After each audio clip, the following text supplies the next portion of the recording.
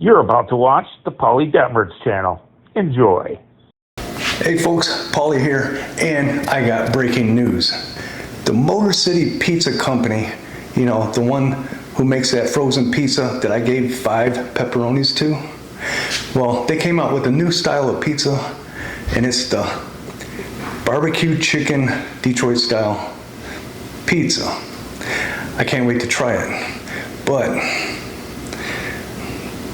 it's only available at Kroger grocery stores.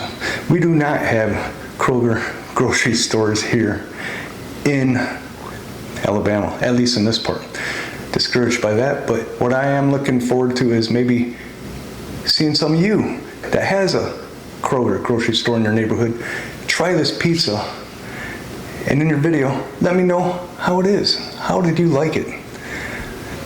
Thank you for watching. I'm Paulie. Till next time.